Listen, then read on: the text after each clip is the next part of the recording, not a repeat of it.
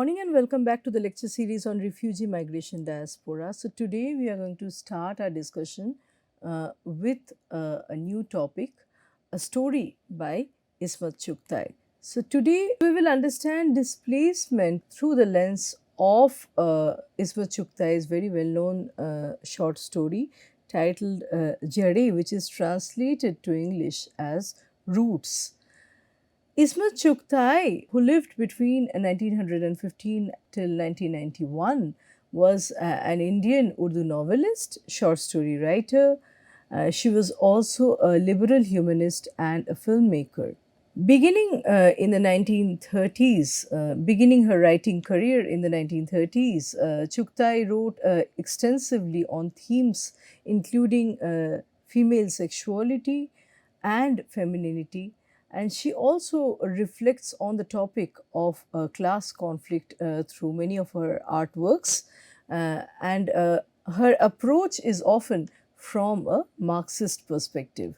Her writings are deeply influenced by, they are deeply informed by the tragedies centering the partition of the Indian subcontinent. So, Chugtai's short story Jade or Roots discusses the impact or the brunt of the partition on interpersonal relationships, on memories, human memories, as well as the idea of home and community, which start drastically changing. Ismat Chugtai sets her story in the town of Marwar, which is symptomatic of cultural togetherness between the Hindus and the Muslims. So, Marwar signifies, Marwar as she describes, is a place that signifies, that stands for Hindu Muslim togetherness, intercommunal harmony. Until the declaration of the Great Divide or the partition of the country, both the Hindus and the Muslims had been living in close harmony with one another, and they had almost become culturally inseparable. They lived like one big family. However, these conditions changed drastically after the administrative decision to crack up the country in religious lines. Almost all the Muslim families in Marwar would start reconsidering their future based on their social and economic standing. In other words, it's a story depicting the Muslim population's emigration from the land of Marwar and the emotional consequences, the human impact of such a poignant situation, such a decision. The majority decided to migrate to what went on to become another country, Pakistan.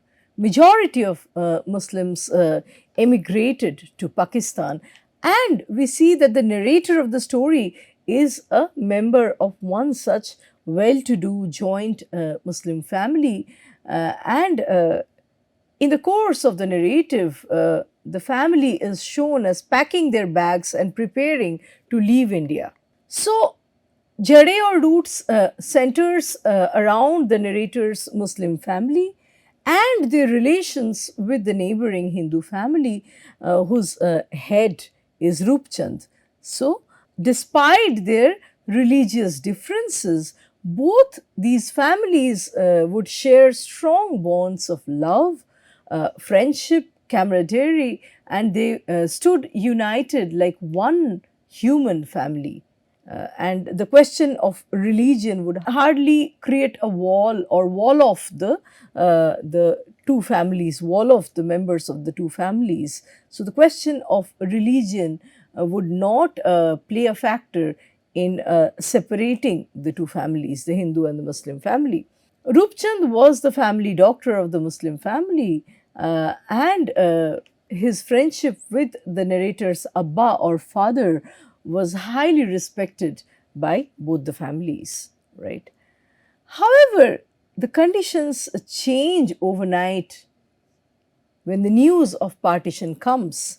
To quote, the two families were so close to each other over 3 generations that no one had the slightest suspicion that the country's partition would rupture their relationship, unquote.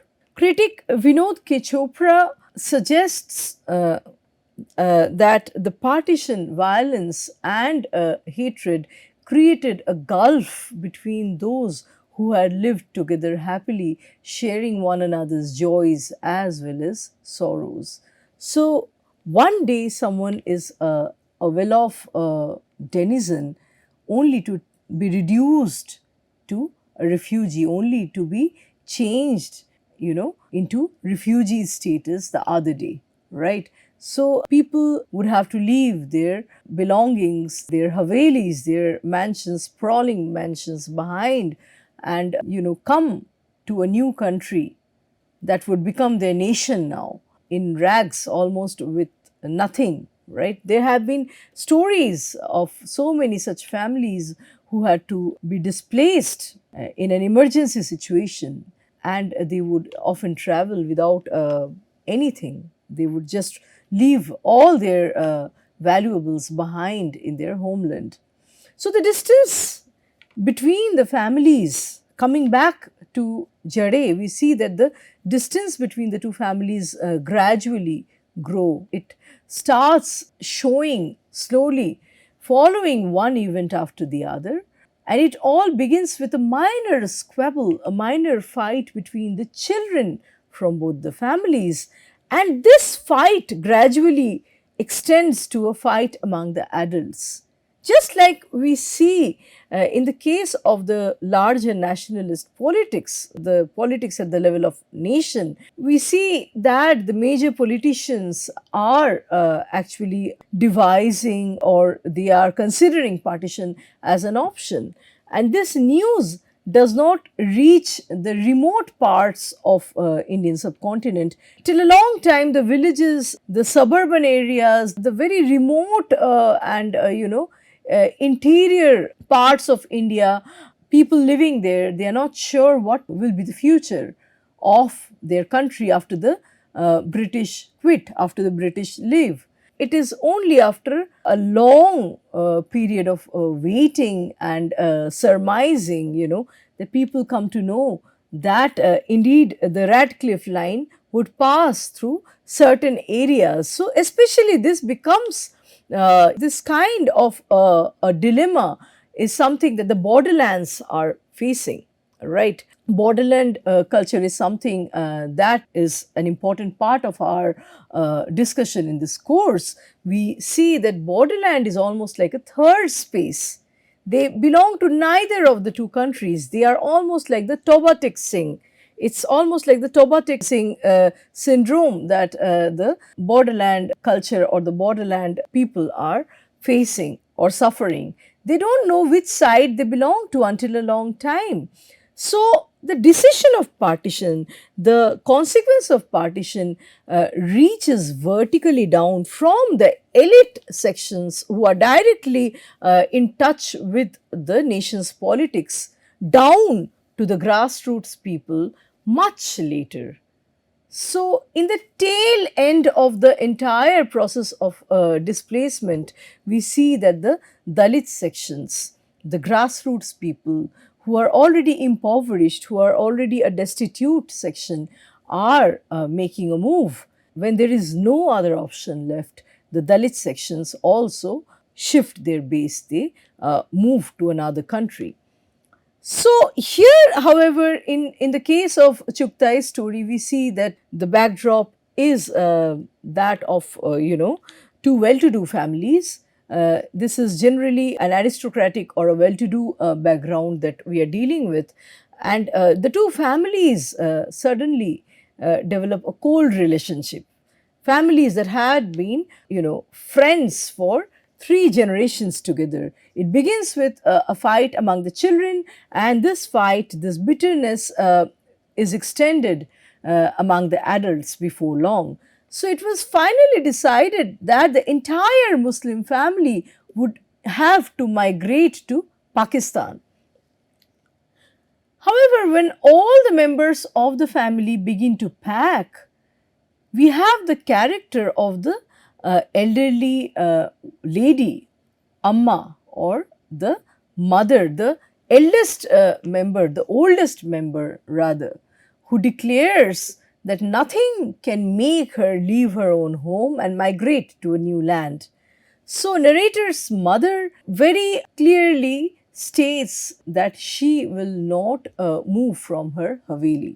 So, everyone tries to persuade Amma to change her decision, but she remains silent and she sticks to her decision of not moving to Pakistan. So, with the following words, Ismat Chugtai has very beautifully, very poignantly captured the pathos of this elderly woman who cannot accept this altered reality and finds it almost impossible to detach herself physically as well as emotionally from her roots. So, this is the original version. I'm reading it in original, followed by the translation.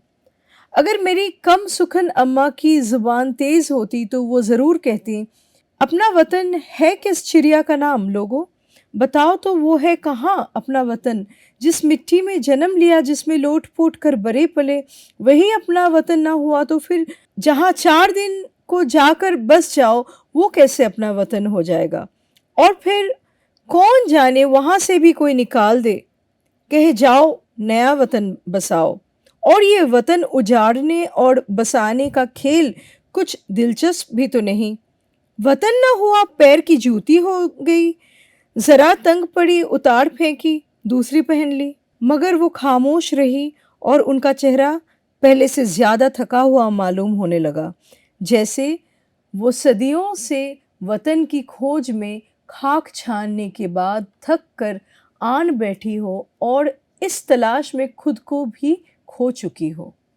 So, this is a very beautiful excerpt from Jade.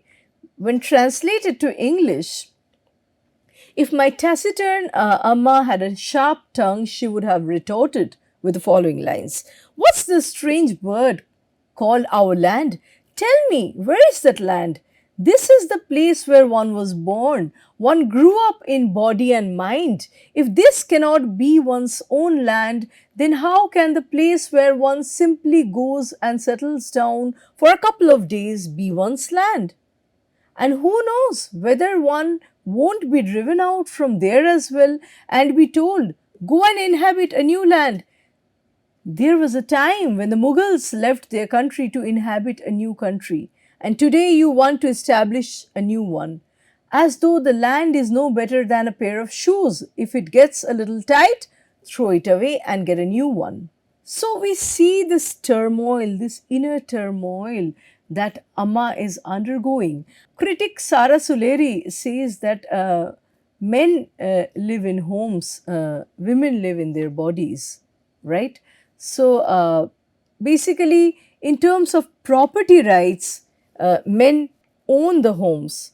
Women can only own their own body as a territory. They are born and they die with this body, right? Any harm can be inflicted to a woman only through this body, whereas men can own and disown, possess and dispossess land and home. So, land possession is associated with, masculinity, with maleness. And a land's owner, a home's owner is usually a patriarch. However, very paradoxically, women who have never left the precincts of a home, women like Amma from her generation who have never known beyond the home and the hearth, they don't own the home but they make the home. They don't understand nationalistic politics, the politics of the nation, the decision about partition. They are only deeply affected when the only thing that they have seen, the only place where they have belonged, their home is taken away from them. There is a sort of vacuum, there is a sort of emptiness that comes to haunt an elderly woman like Amma when the home is taken away. So, we see that in the story, eventually the entire family leaves and Amma, however, is left behind all alone in the empty house, like a ghost from the past, like a phantasmal presence. She occupies that empty house, that Haveli.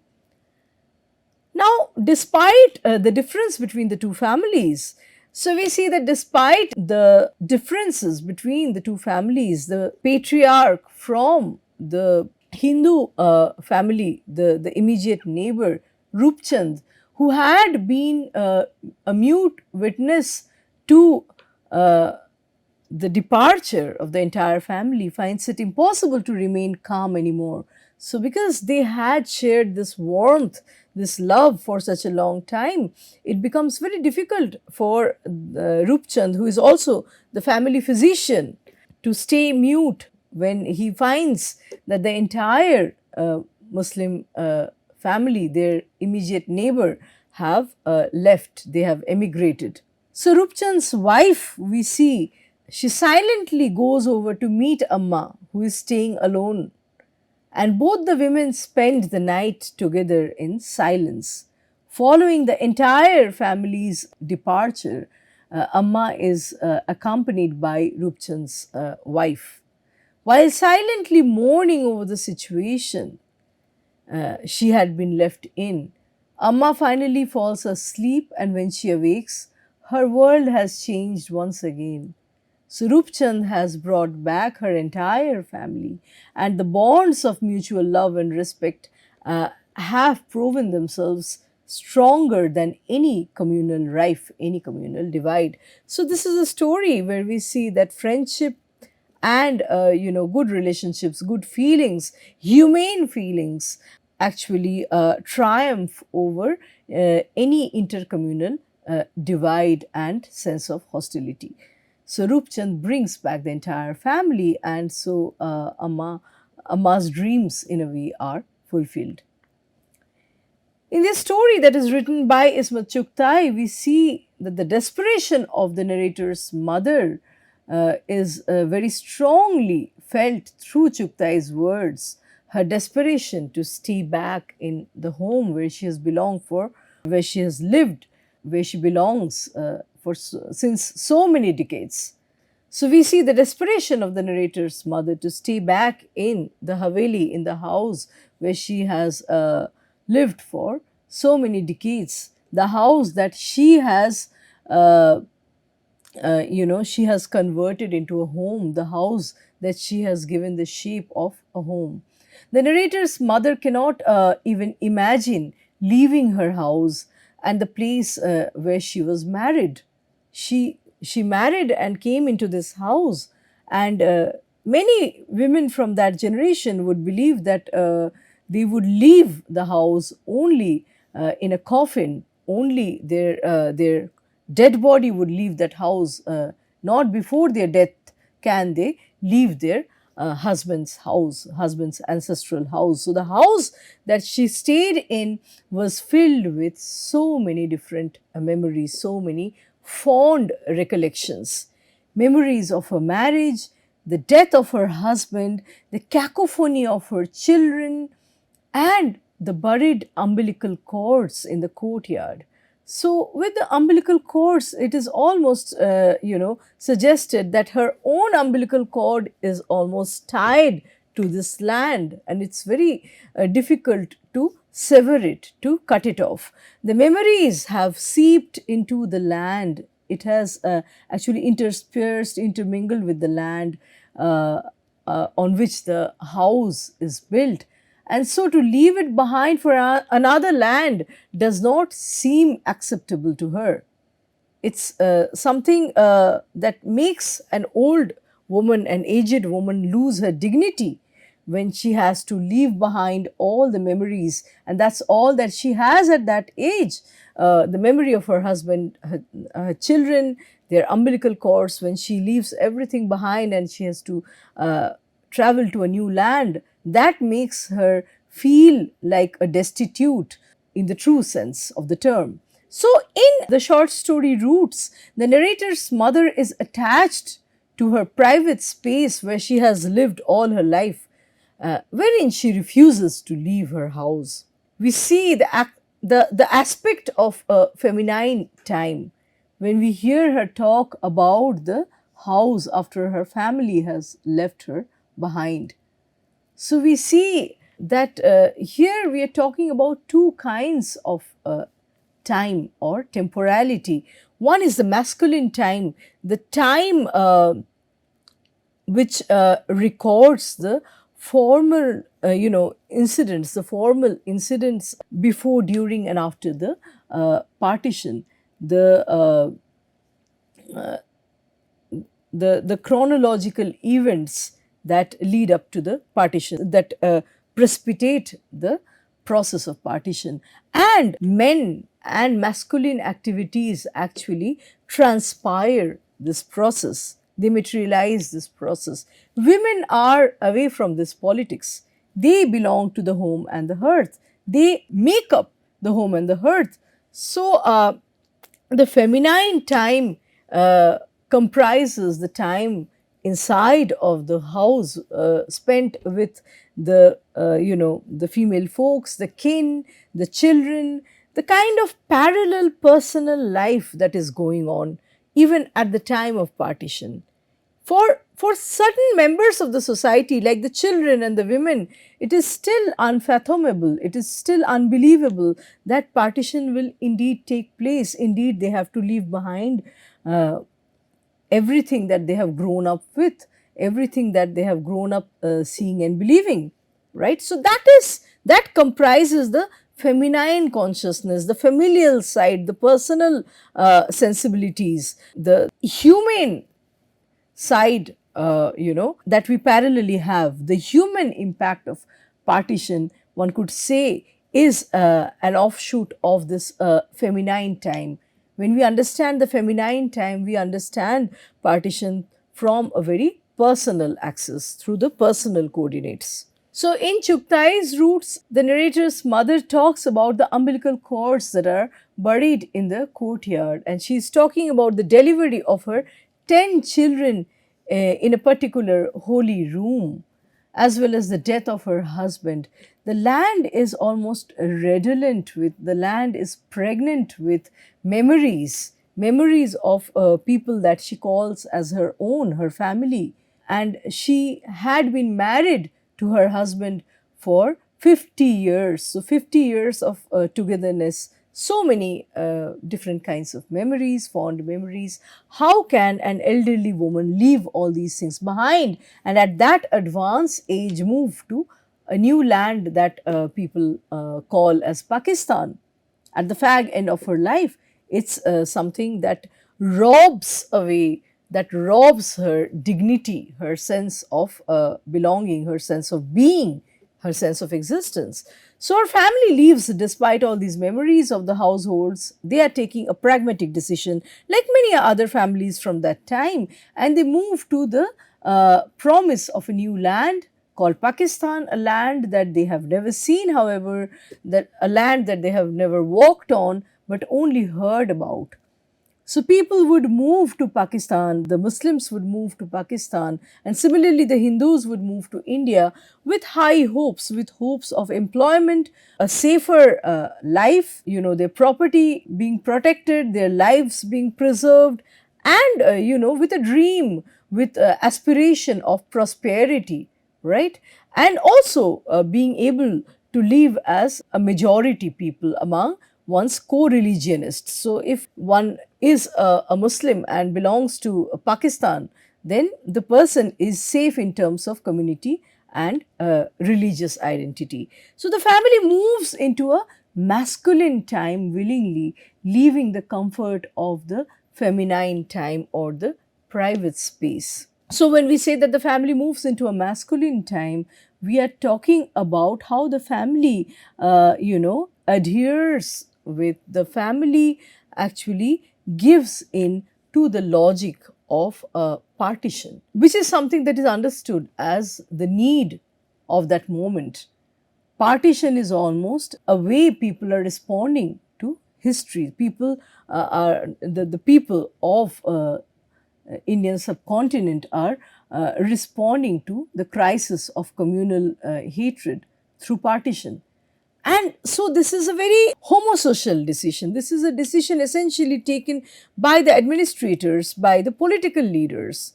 We don't even know how much say the women, the children, the marginalized communities, basically. It could be the disabled people, it could be the transgender people. What say did these human subjects have in the partition? They belong to the feminine time. They belong to a time that is defined by individual human feelings, and hardly any individual wanted or corroborated, approved the decision of partition, because the insane human cost that partition demanded, no one actually wanted it, right? So it was a very administrative decision coming in a very impersonal way from above, and everyone after a point had to obey it as part of self preservation, as a part of a practical decision, need of the hour. So we see that this particular Muslim family that Chughtai describes in Roots is responding to the masculine time. They are responding to the contemporary political scenario. They are responding to the practical situation. They are deciding in a very pragmatic fashion. They are not emotionally driven when they decide to leave their homeland. So, Roots by Chughtai is therefore one of the memorable partition short stories that we have, which portrays the trauma that people were forced to undergo while aligning themselves with the altered national identities. This short story also holds eminence because it provides a deep insight, a deep perspective into a woman's life regarding the question of national identity and homeland. It is throwing light into a woman's understanding of what is nation, what is a national identity, and what is homeland. For Amma, we see that it is impossible to accept this crack between her watan or nation and her desh or desh and homeland. So she cannot accept her watan and her desh to be two different places. She cannot accept her watan and her desh as two separate geopolitical spaces. She always expects them to be one and the same. So, at this advanced age, she cannot suffer a fragmented identity. She cannot accept her fragmented identity. That's why she decides not to move to Pakistan. In the words of Rakshanda Jalil, I quote, many of her, referring to Chughtai's contemporaries, so many of Chughtai's contemporaries too wrote on partition related violence, but Ismat's writings are unique in that she wrote of issues that concern men and women from a woman's perspective. She used wit and satire as tools to sharpen her depiction of harsh social realities, and her trademark Begumati Zuban, her trademark Begumati Zuban gives an extra edge, a piquant flavor that sets her apart from, say, Manto or Kishan Chandar. In her hands, Urdu acquired a new zest, an added spice that made it not only more readable but also better equipped to reflect new concerns that had hitherto been considered beyond the pale of literature. Unquote. So, on the one hand, Roots portrays the strength of emotional attachment a woman might feel for a place where her ancestral roots lie.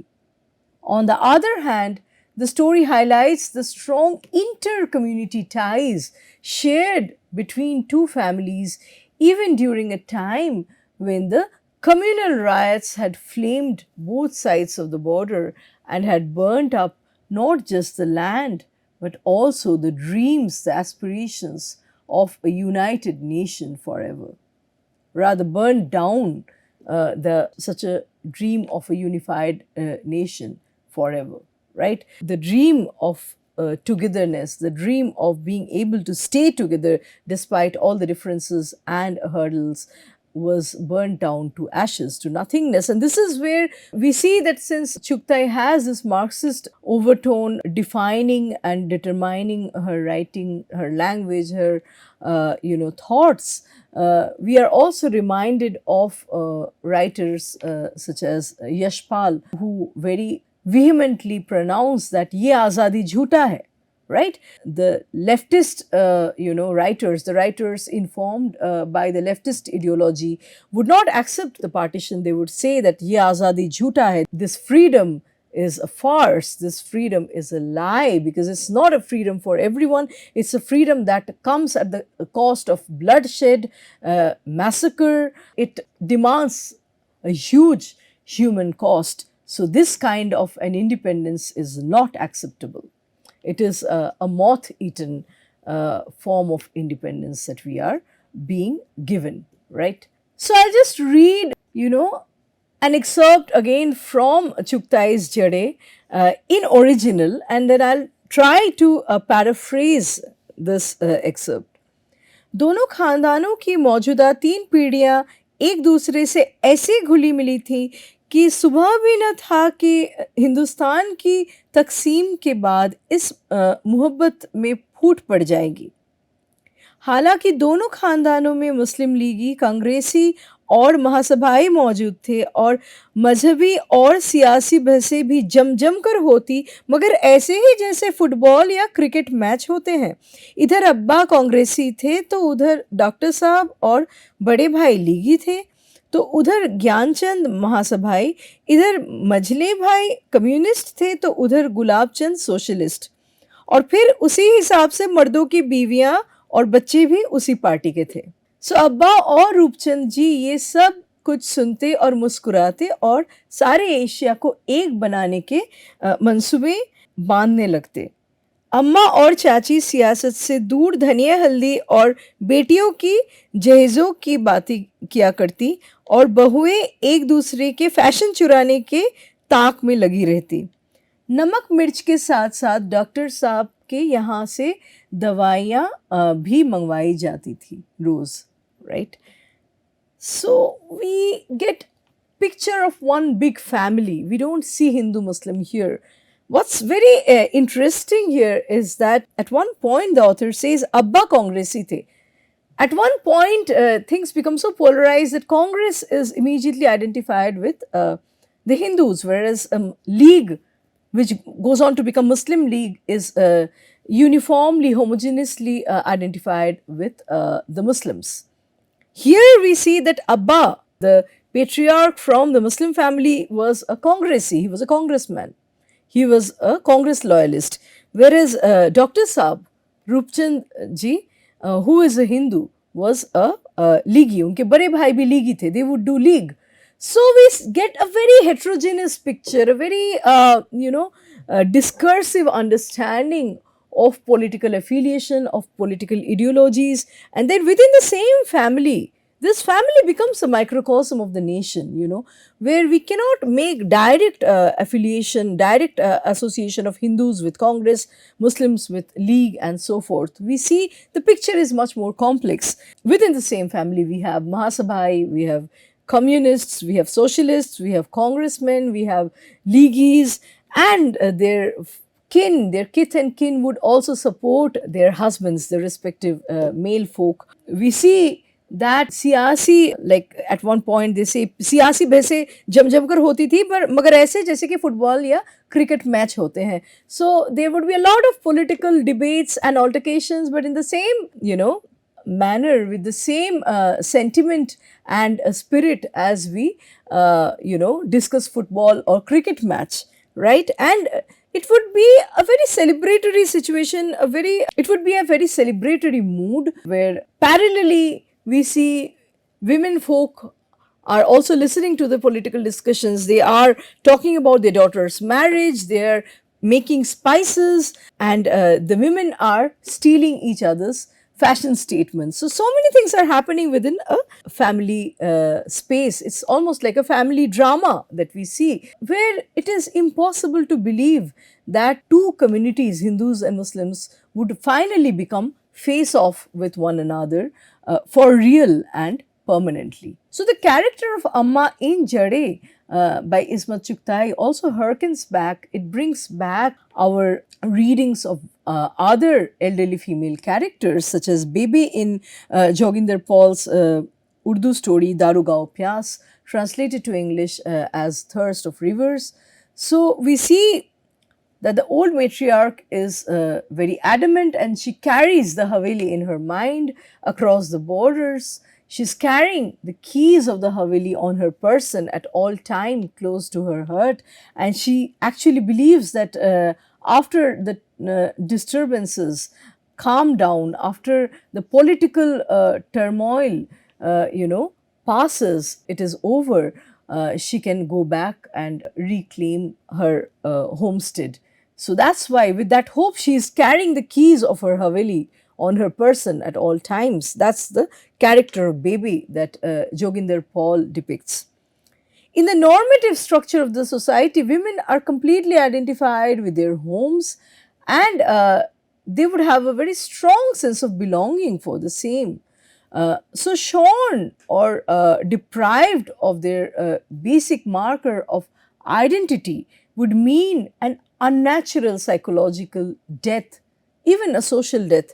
For a woman who does not know society beyond the thresholds of her home, losing the home would mean an untimely death, and a very shameful death, a death that strips her of her dignity. So herein comes the strategy of conscious forgetting and selective amnesia, where a lot of senior members who saw the Great Divide would survive this divide, they would survive the partition and displacement through a conscious, forgetting and virtual dying of the past. They would let the past die, and that's the only way they could survive. In another artwork, Garam Hawa, which was a film made in 1974, we see that when the Mirzas are forced to be displaced, protagonist Salim Mirza's old mother fights back, and she clings to the walls, literally screams that she would rather die than leave her Haveli. Later in the film, we see that she insists on sleeping on the terrace of their new house, because from the terrace she can see the old Haveli, which is at a short distance from the new home. So from the terrace she can still spot her old Haveli, and she sleeps there all the time. Later we see that this grandmother dies, Salim Mirza's mother dies as soon as she is returned to her own local habitat. So the ancestral house becomes a part of the individuals who live in them for decades, and the Haveli may also be considered as a synecdoche for the nation. And this is most eloquently demonstrated through the scenes with Salim's mother. Salim's mother cannot believe, just like Bebe and just like Amma in Jade, Salim's mother cannot believe that she has to leave her Haveli, right? So there is a sequence in the film in which the dying woman is being taken back to this same old Haveli in a palki, in a palanquin, and it evokes her recollections of her first visit to that home, probably as a young bride decades back, right? So all the memories come back when she is taken once again to the Haveli, to her own local habitat, and she breathes her last. She gives away her soul. She breathes her last. Her ghost leaves her in the same spot, in the same Haveli where she had come as a young bride years back. So with this, we come to the end of today's lecture. Let's continue our discussion with another topic in our next lecture. Thank you.